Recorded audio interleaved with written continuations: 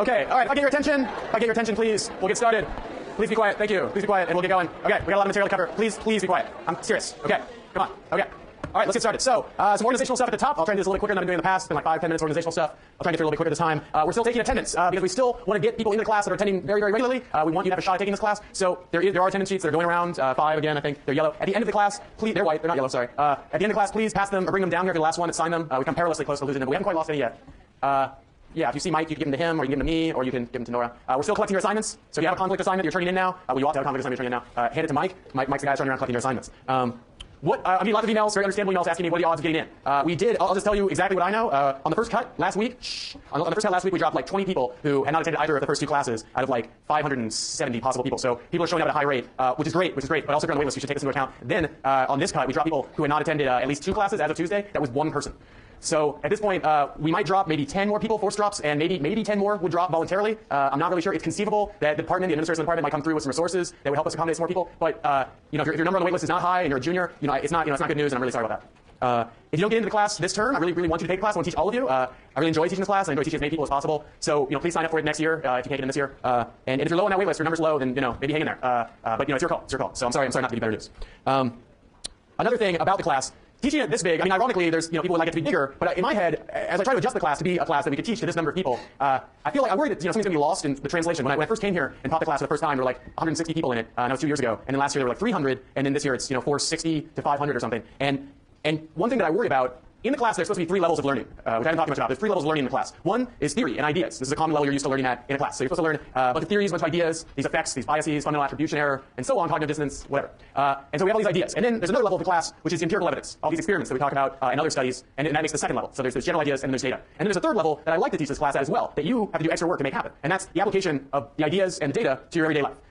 Assignments like the assignment today, which is paired with an assignment I'll give you today to be due on Tuesday, are designed to create learning at a third level. It isn't always possible in a class. In a physics class, you can learn theories, you can learn data. It's hard to apply it to everyday life, as cool as physics is. The same might be true for chemistry, mathematics, etc. So in this class, I'm trying to teach you at 3 levels, and I worry that in this like giga-sized class that third level might not be possible. So we'll do our best to try and make that third level possible, despite the total lack of intimacy that we have here. I mean, my voice is bellowing against the walls as I say that.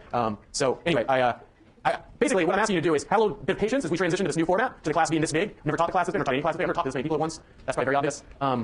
And have a little bit of patience as we transition to this format and try and save as much about the class that I used to love as possible. And maybe we can make a seamless transition. It'll be just as good as when we taught it before, which was hopefully good. And then likewise, go ahead and email me feedback. If you have thoughts on how the class is going, that it's working well, or it's not working well, or I'm achieving my goals as far as you can tell, or I'm not, I'll take that feedback. And you have immunity on that feedback. So feel free to email me. You don't have to register a new Gmail address and email me anonymously. It's okay. It's okay for 2 reasons. 1, because I'm promising you immunity, and 2, because there's 500 of you obviously have immunity anyway. I can't track you and fail you for saying that I'm screwing up the class. So, but I don't know. This is a long-winded way of saying I actually care about teaching this class well and worry that it won't make the transition well, and I could use your help and feedback. Probably midway through the semester, I'll distribute some sort of feedback sheet, and then I'll get a more systematic set of feedback from you that can tell me what's going right and what's going wrong. So any questions?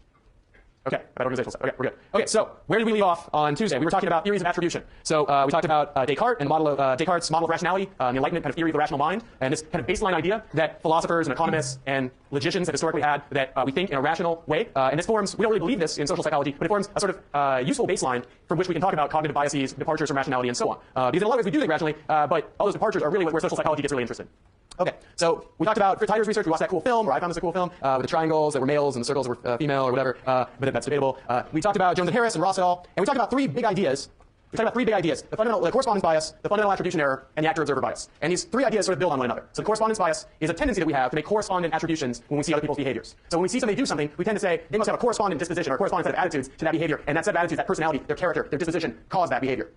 The fundamental attribution error is a very similar idea. It just goes one step further. It says we tend to make these dispositional attributions even when we ought to be making more situational attributions. So we tend to see people's behaviors as being caused by their internal states and don't take account of the situation. And there was a mechanism, a reason why social psychologists think this is the case. Why they think, actually, let me add the third one. So the third one is the actor-observer bias. And the actor-observer bias essentially says we do the fundamental attribution error when we think about the causes of other people's behaviors. But when we think about the causes of our own behavior, we take proper account of the situation. And there's a mechanism that can explain that. Do you remember this mechanism? Good. Okay, that's good. Everybody's nodding. I like that. That mechanism is focalism, and it's your perspective, your focus of attention. When you view other people, you see them, and you see them as likely the cause of the behavior. But when you see your own behaviors, you don't see yourself. You see out, and you see the situation. You see the context you're in, and it's much easier for you to make attributions to the situation or the context that you're in. And we talked about some of these examples. And one thing that we added at the end was a more nuanced model of attributions that adds in an extra wrinkle of motivated reasoning. And when you add this in, it's like basically a fourth layer of ideas from this lecture, which says that we tend to make correspondent attributions of other people's behaviors, even when we ought to be making more situational attributions. For our own behaviors, we tend to make situational attributions, except when we do something awesome, in which case we claim credit for it and make a dispositional attribution. So I use this example where you see somebody do something, you tend to make a dispositional attribution. You do something good, you make a dispositional attribution. You do something bad, you tend to make a situational attribution. And think about this, right? When you do well on a test, what caused that? You caused that. When you do poorly on a test, what caused that? Your lack of sleep. Okay, that's a good example. Yes, question. Is this the same as saying you're making excuses or justifying your behavior? Yes, this is a fancy pants social psychology way of saying that. But I think it's more than that. They're trying to build a larger theory of how it is that you identify causality in your social world. So I think it is a little bit more than just saying people rationalize or justify their behaviors. Motivated reasoning is mostly that. But the motivated theory of attributions, or this motivated reasoning nuanced model of attributions I'm presenting here, is a specific wrinkle on theories of attributions, which are theories of how we assess causality in our social world, which if you think about it is incredibly important. And this is why people like Fritz Heider, when they went to go invent the field of social psychology in the 1940s, they started with the simplest stuff. Just when you look out at the world, how do you decide what causes what? And it's a great place to start, and that's why we started the class there.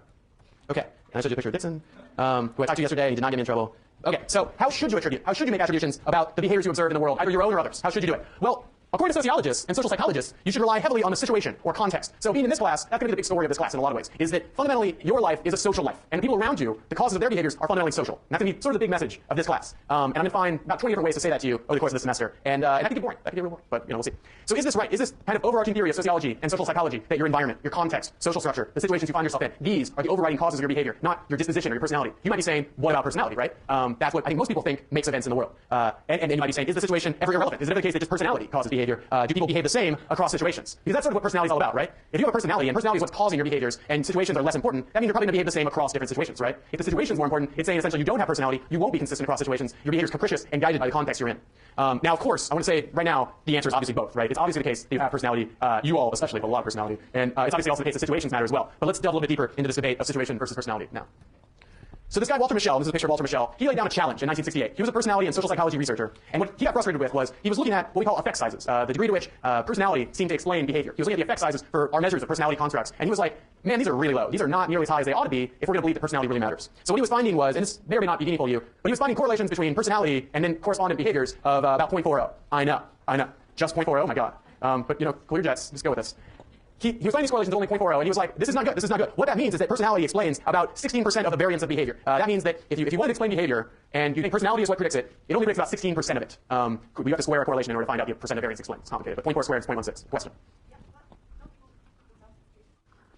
No people put themselves in situations. That's the next slide. So yes, I agree with you. I'm going to make that point in about 2 minutes. Okay, so what Mischel is saying is personality doesn't seem to matter as much as we think. And he basically, so he was making the tough claim. He was saying when we measure personality, it doesn't predict behavior very well. But you might be saying, well, we just don't measure personality that well. That doesn't mean personality doesn't exist and predict behaviors a lot. I mean, that's what you walked into this class thinking, right? Was that people make their actions, make their behaviors, determine their fates and whatnot. Or that's what I walked into my social psych class with. So maybe you're saying right now, this is a little overstated, right? And it's really just an artifact of personality psychologists not being perfect at measuring personality. And this is a very good point. So another way to measure personality indirectly is to say, to what extent are we consistent across situations? To what extent are you extroverted in one room and extroverted in another room? To what extent are you neurotic on Tuesday and also neurotic on Saturday in your behaviors? And when they do analyses of that across situational consistency, where they're not even trying to measure the personality factor, they're just measuring behaviors that they would predict and saying, we don't know what behavior it is, but just personality, if it exists, it's got to show some consistency of behaviors across situations. Even when they do that, they don't do very well. The correlations across situations are not that good. And of course now sociologists and social psychologists love this, right? They're like, yes, exactly, that's what we've been telling you. You're a different person when you're in this room than when you walk out of this room and you're in another room. And you're a different person in that room than when you go home and you're with your mom or whatever, interacting with your roommate or something. And this is the sociologist's delight, right? They love Walter Mischel for having said this.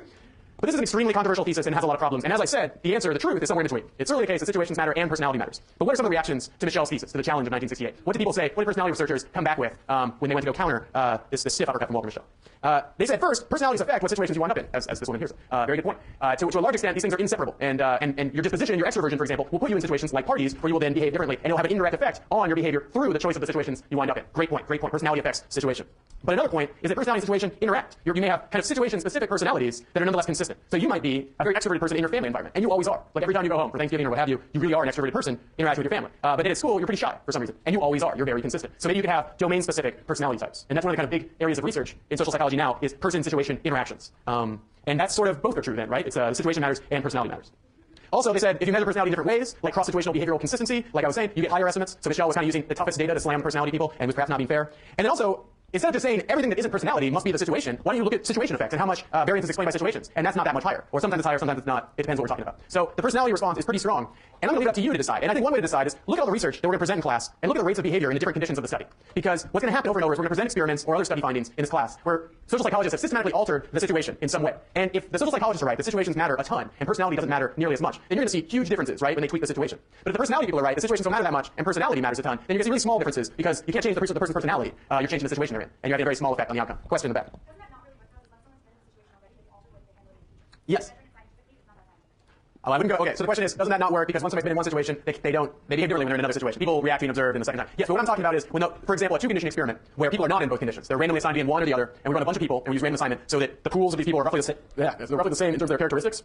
And then we're going to compare them, and the only thing that should be different is the situation. And we use random assignment to equalize the personality types in these two pools. And again, if the situation people are right, there should be a big difference. If personality people are right, small difference. It's a good point. That applies to what we call within subjects experiments, when the subjects participate in every condition of the study. And then you have a big concern about did their participation in the first condition affect their participation in the second. Like you wouldn't want to run the Milgram-Obedience experiment that way. These people, they can't be tricked twice, right? So it's an excellent question. Another question. This is another very good point. Did Michelle show individual variance in how consistent people were across situations? Michelle didn't, but personality researchers reacting to Michelle have pointed exactly that out. They said people vary in how consistent they are. So for some people, you're overgeneralizing with this personality versus situation thing. People themselves vary in how much their personality matters and causes them to be consistent across situations. In a sense, there's variance in integrity, where integrity isn't like moral fiber, but rather consistency across situations. So that's an excellent point. There's some other points there. But in the situation, people come back and say, yeah, but you've also oversimplified situations. And there's a lot of research showing that there are strong situations and weak situations. So some situational differences are very small and they won't create a big difference. But then there's some situations where when you're in it, it's such a strong situation that everybody roughly acts the same. Like look at the military or something like that. People start to behave in a very specific way that's very different from the world they came from when they enlisted in the military. It's a very strong situation. And it's definitely a world where personality matters less. Berkeley. You come to Berkeley, you can be yourself, you can express your personality. It's not a strong situation. Well, it is in certain ways, I guess. There's another question over here. Okay, that question's gone. Any other questions? These are excellent questions. I like them. Sir. What's my own opinion? I say it's three things. People matter. Personalities exist. There is cross-situational consistency, no question. Personality is part of the story. Situation matters as well. Just look at the effect sizes for these experiments, you'll believe it too. And then I think person, time, situation, interactions matter as well. I know what I'm doing is basically saying everybody's right, and it's kind of a boring answer, but I think it's the true answer. I think it's the honest answer. Is those three classes explain most of behavior. But then I also think there's, not to make it even more complicated, but I think it's very nuanced in terms of where these things come from. I think people pick situations, and I also think circumstances create your personality. So I find them almost inseparable. So your life growing up has a lot to do with who you are, and who you are has a lot to do with a life you then choose after that. And so the two are sort of inextricably linked. But at many points in this class, we're going to try to separate them for conceptual clarity and say what matters more, the situation or who you are. Questions? Yes.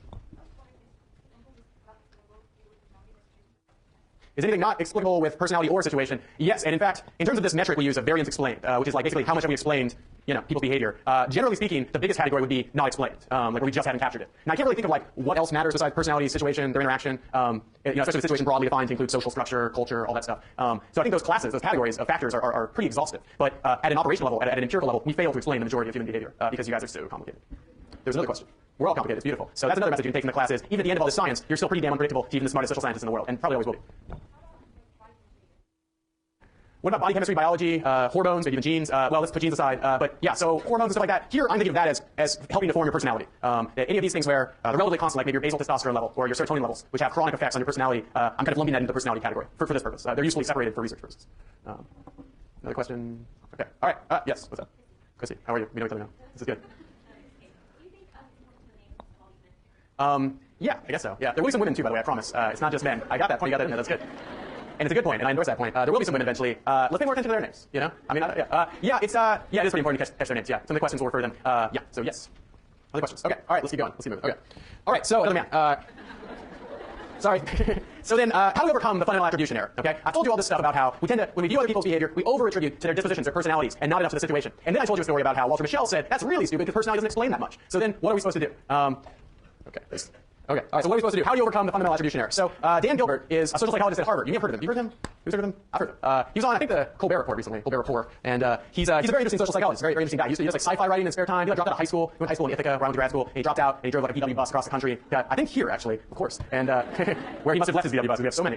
and hung out here for a while, and then decided to go back to college, and then became one of the 5 most famous social psychologists in the world. And Dan Gilbert's done a lot of kick-ass research on the fundamental attribution error. And his idea is again this anchor and adjustment idea, which I've been talking about a little bit in the past when I talked about why people do the above average effect. And anchor and adjustment is just a fundamental model of how we think, of how cognition works. And in the anchor and adjustment model, what happens is you have some kind of first thought that sort of anchors your thoughts in some area. And then you very effortfully adjust that in light of new information. And we think in social psychology that a lot of thought processes, a lot of reasoning works on a sort of anchor and adjustment model. And the way I always think of it is you like nail a nail down and then you pull a rubber band from that nail and you can only get so far because that first impression, that first thought is very sticky and it's hard to ever get to